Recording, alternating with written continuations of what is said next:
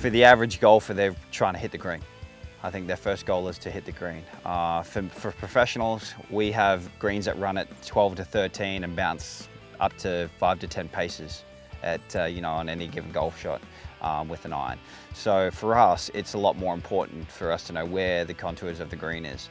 For the average golfer that plays on normal golf courses that the greens are running maybe 10 or 11 and the greens are pretty soft, then not so much. They can just kind of fire at the pin and make sure that they just kind of hit in the middle of the green. I mean, if you're just aiming for the middle of the green, you're going to hit a lot more greens.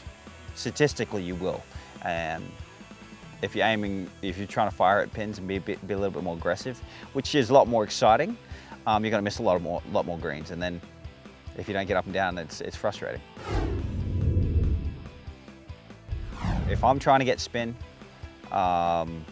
typically I'll be hitting a full shot, and if I'm not trying to get spin, then it's kind of a flighted, I call it a flighted shot,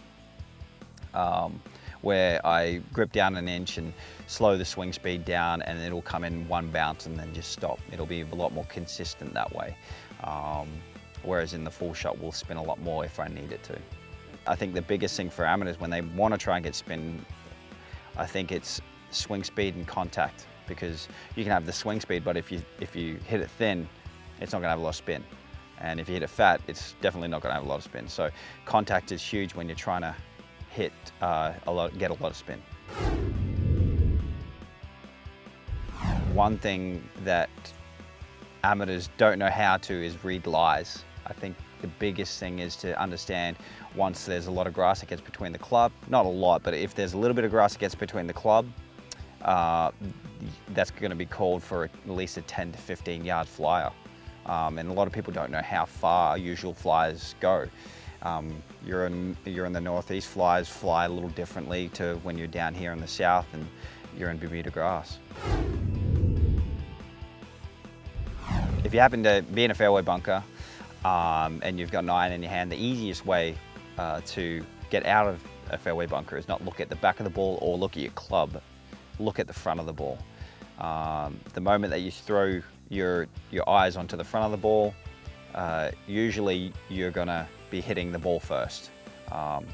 It's very easy to look at the back of the ball or look at the club because everyone does that. And from there, if you don't quite catch him clean, you're definitely gonna be hitting a lot more fat. With the average amateur or the average golfer, I think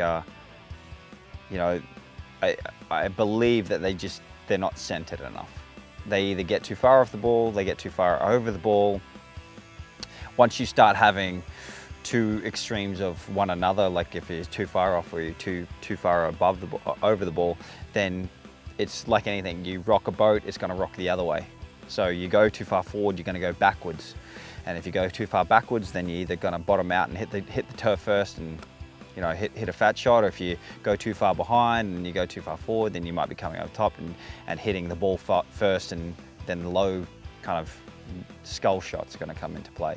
So a quick way to check is making sure that you have an alignment stick, one down for your alignment, one down for where the ball position is, and then from there you just don't even bother moving your head. Just stay there and just turn around and hit the shot. Golf is all about, the least amount of misses that you can get, and trying to capitalize on the opportunities that give you those.